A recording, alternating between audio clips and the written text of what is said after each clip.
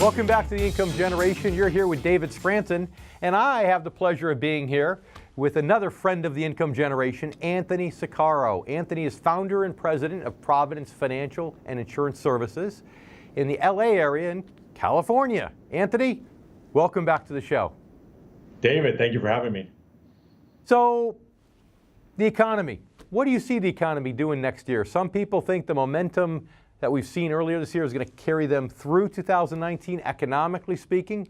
Other people feel like we're facing a recession. Your thoughts? Well, I think we're definitely more closer to the recession side of things than we are to the breaking through type of things. If you'd asked me 3 or 4 months ago, the answer might have been a little different. But the stock market has given us a very good clue. And I think the stock market is really reacting to the global slowdown of GDP. So the reality is I think we're more heading towards the recession at this point, unfortunately. Okay.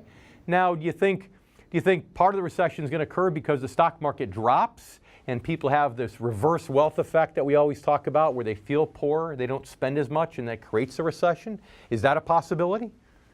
Well, it certainly is a possibility, and I think that all interplays with each other. But the one thing that's a little bit different this time than the last few times that the market has dropped by double digits over the last 4 years is interest rates are higher. So what that does is that gives nervous people another place to go. Over the last 4 years, they haven't had another place to go. Now they do. I think that's just going to add to the slide, unfortunately. That's going to add to the slide, and then the slide might affect the economy. Okay.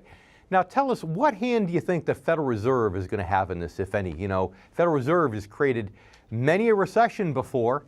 You think they're going to create it now, or do you think maybe they're going to take their foot off the accelerator in terms of raising interest rates in time to maybe slow down that recession train from coming?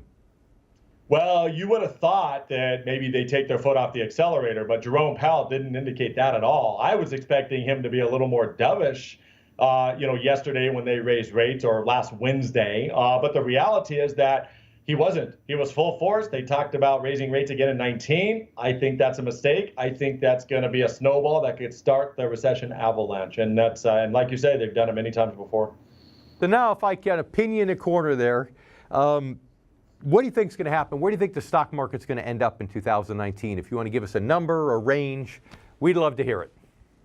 Well, price-to-earnings ratios are still in the 20 range. Their average is around 15, which means they got to come down 25% to break even.